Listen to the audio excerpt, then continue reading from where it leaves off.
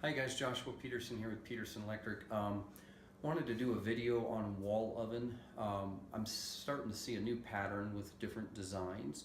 So these customers had a all-in-one single wall oven with a microwave, but it was built in together. So when their wall oven failed or the microwave would fail, the whole unit fails. So they went to two separate units for the Wolf at the bottom, and this is a separate microwave that slides in and out. The house is just about, I don't know, under 10 years old. It does have a 4-wire system, and so that means it has a bare copper, the neutral, and 2 hots, ungrounded conductors, your black and red. This typically would not work with the 3-wire conductor, what I'm about to show you, but it had the old, or the newer style SER jacket is what we would call it. It's a 6-4 copper. So in a nutshell, the complaint they had is that when this was installed, a little while later they installed the microwave, the guys had pulled out the fridge, drilled a hole in the side of the cabinet, and then ran the cord and plugged it into behind the fridge and pushed the fridge back.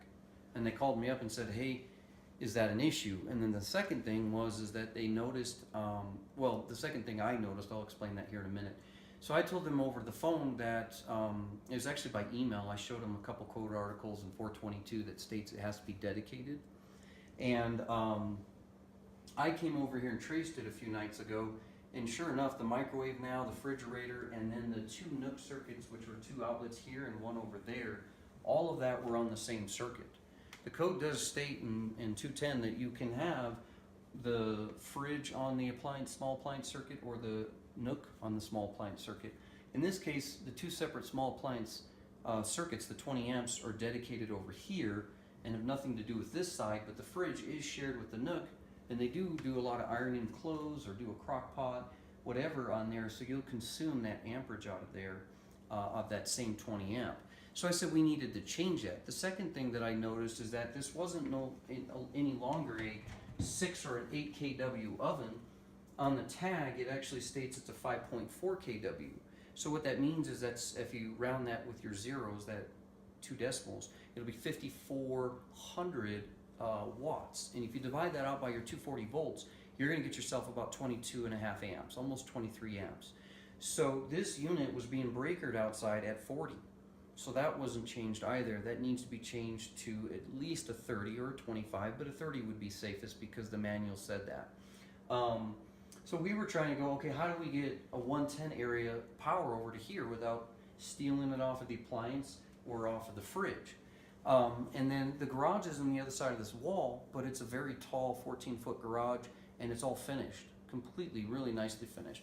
So the only way that we could have got power to this area was to do an MC cable or pipe it. And they weren't too prone to wanting to do that. So I came up with an idea. I hope you guys like it. I hope this helps out a lot of other electricians.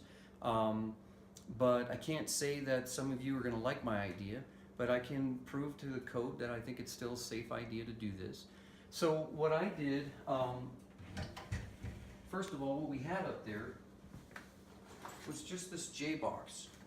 And it had a hard connection for the old wall oven that was running at a 6 gauge at 40 amps, okay? So in the code book, that 6 gauge copper could go up to 50 amp. I decided to change out the breaker in the panel, put it at 50. I fed it with 4 wire, and let me get my headlamp. And I can show you guys what we did real quick. I'll take the phone just for a second. Okay, so what I did is I bought what we call a 4/8 circuit space panel. Okay, it's a main lug, and it does allow the 240. The neutral lands, the ground is bonded here to the panel. Then we put in right here just a simple shallow 4-square box with a mud ring and an outlet. Now we're finally able to AFCI the microwave independently, and that just kicked off. And so in the microwave, here's my math. I just did it for this purpose to show you guys. It actually is a 1.6 kW. Dividing that out by 120 is 13.5 amps. And then you have 22.5 amps on the range. So the most I'm ever going to draw on this thing is about 40 amps. Okay? We labeled it circuit 4 and 6, 50 amps. So if I've got 40 amps in this panel, I'm feeding it with 50, this location is perfect. Turn this into a 30 coming down, and then this is being our 110 here, and we still have enough for one more breaker spot. According, unless we do another arc fault, we could do a split Siemens in here and do a twin. But this allowed us, instead of coming all the way around the house, to do it that way. The other thing to keep in mind is that it's not a 3-wire SE cable from the 1960s or 70s or the 50s. If it was a braided neutral, you shouldn't do that, because now you don't have your ground separated. The other thing, I'm sorry, I forgot to mention this.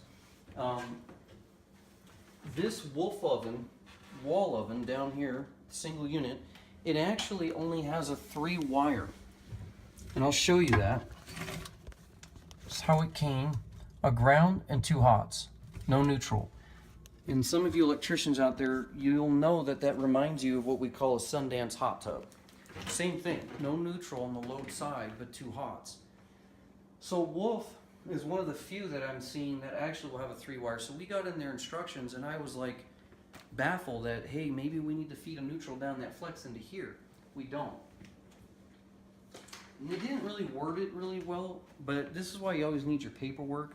If you get stuff off of Craigslist, it doesn't help because the owner never keeps it. But at 240 volt, tolerance of 5.4, L1, L2, and a ground. Didn't say a neutral. In the electrical world, when people say 3-wire system, they usually don't count the ground, or 4-wire, they don't count the ground.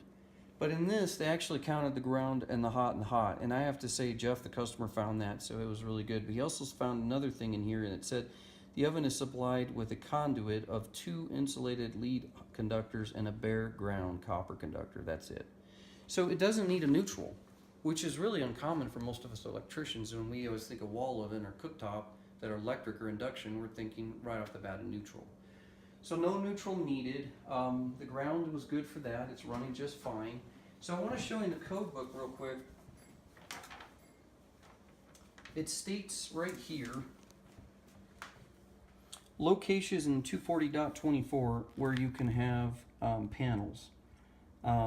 Location. Nothing higher than 6 foot 7 inches. I think we're still below that. I mean, we're getting pretty close. Let's see, another area of the code speaks upon it in 230.70 that your service. This is more talking about services to the home, but common sense to panels. We don't put them in bathrooms, and we don't put them in areas that are not readily accessible. Some of you are going to question me if that's readily accessible. But to me, it's more accessible than not being able to arc fault that and make that right. But again, in 240, it talks about it here that not over steps, not in locations of a bathroom, not in a linen closet that has clothes, and not exposed to physical damage. And then B was occupancy. This was actually multi buildings like apartments, and then accessibility was just your height requirement. You are going to find, though, that when you're dealing with service equipment, it's kind of generic, but they do talk about in 110.26 on how to have some clearances, that things should not be in front of it. Well, the depth of that cabinet is about 2 foot, so I am exposed on that condition 1. But there is a little exception here. I want to show you guys that I talked to my inspectors. There are sometimes some things I cannot avoid without trashing a home. This thing allows us right here, and it's in 110.26, note 3, exception 1. An existing dwelling unit, service equipment, panel boards, which is a load center for this case, they do not exceed 200 amps, shall be permitted in spaces where the height of the working space is less than 6.5 feet. So, can I say that this space is less than 6.5 feet? Yeah. Now, I know one code article that you could get me on. It's in definitions 100, accessibility shall not be from a ladder. This is true. But there's really no difference if I'm in here on a J-box hardwiring a wall oven. What's the difference? If I have to pull a wall oven and rent a cart to remove it, how is that accessible? What I like that they did on this first wiring is the electrician put it up high in the first place so we could accessibly get to those connections. because 9 times out of 10 it fails right at Thanksgiving and Christmas time, and it's always the blue wire caps. So we always do the rubber Ilskill rubber connectors that'll connect those. In this case, we don't have to worry about that because we have our breaker here, we have our AFCI protection right here, killing the microwave immediately, and allowing ourselves that it's only 40 amps being fed with a 50 amp on a number 6. So guys, in my opinion, if you're not dealing with a permit, I know most inspectors, building inspectors would frown on this, and I get that, but we live in an ideal world where we can't always make things work perfect when someone changes out an appliance. Most customers think in their head, I swapped like for like, didn't I? No, they didn't. This was a full unit at 240 volt for a microwave and oven. Now I have 2 separate units, 240 the same on the Wolf down here, but this Wolf up here is going to be a 110 at 20 amps. So again, the best way to deal with this, guys, I think, is to take that and split it right there if you have a 4-wire system. Love your feedback on it, but I think if you guys try that in the field as you get conditioned to these 3-wire wall ovens and 3-wire microwave, 2 separate units, I think you'll see that it's a great fix. Let me know your thoughts. Thanks, guys. See you next week.